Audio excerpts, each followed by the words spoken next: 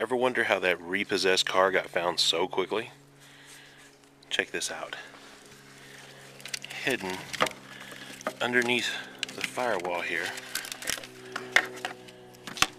is a transmitting device, commonly referred to as a low jack.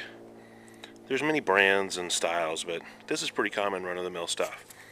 As you can tell, it's not too fancy. A couple little wires that come down, and if you trace those back, it goes to a ground and then back to the battery, providing constant power.